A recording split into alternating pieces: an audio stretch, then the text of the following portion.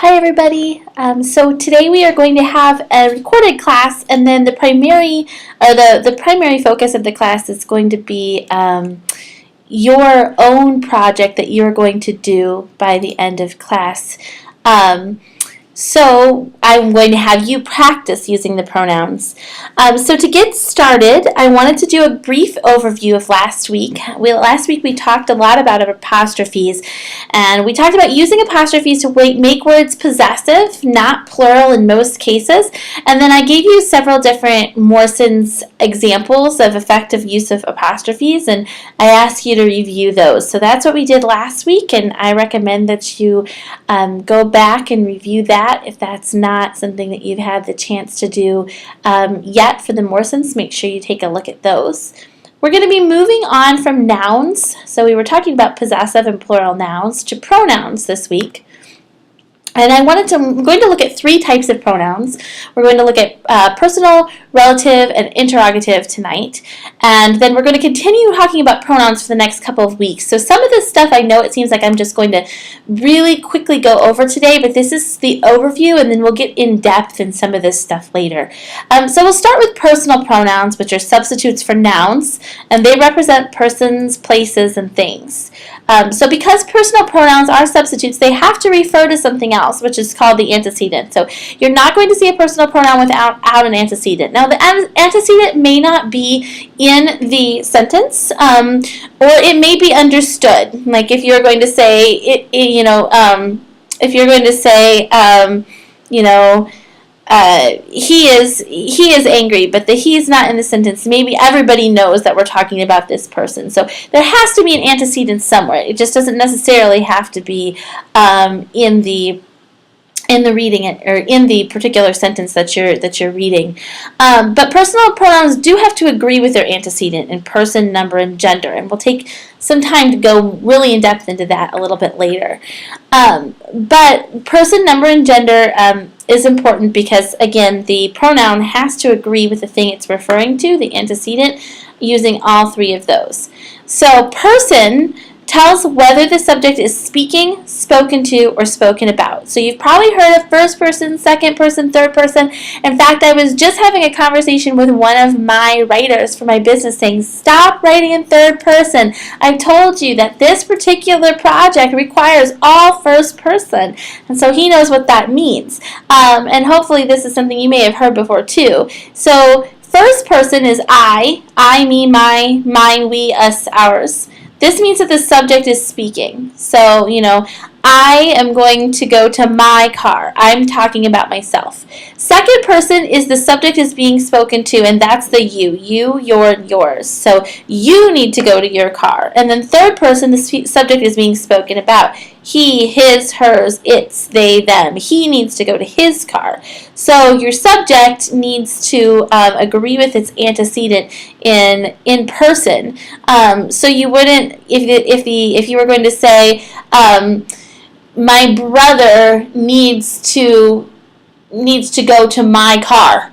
Okay, that means something completely different. If you're trying to actually say it's the car of your brother, that's his car.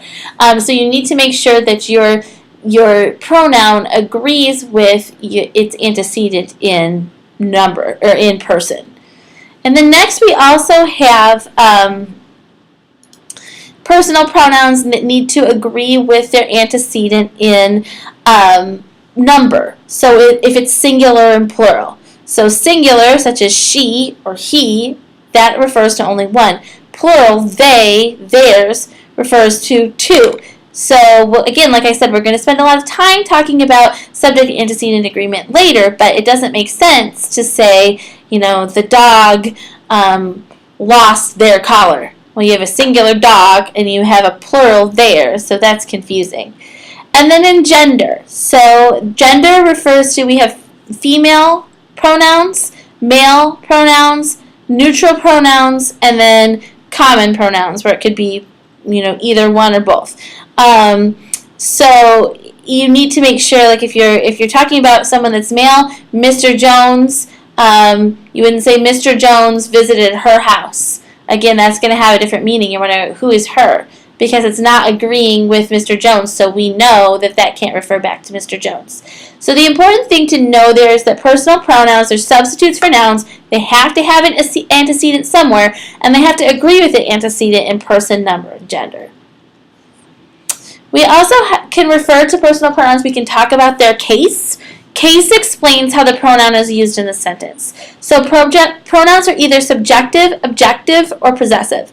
Subjective case pronouns are used of subjects. They're either subjects of verbs or they're subject complements, which rename the subject. And as I say, we'll get into that more. That's also in your book. There can be objective, so they can be used as indirect objects or objects of prepositions or direct objects. And then they can be possessive, which indicates ownership. And then we have relative and interrogative pronouns. Relative pronouns and interrogative pronouns are going to be the same type of word. So you can see whom is both, who is both. But depending on how they're used in the sentence, you determine if it's relative or interrogative. So relative pronouns are going to connect dependent clauses to their antecedents. So if you look at the example here, Mary, who was first in her class, got a great job right out of college. So who was first in her class? That's a relative clause, and that is connecting Mary with what she did.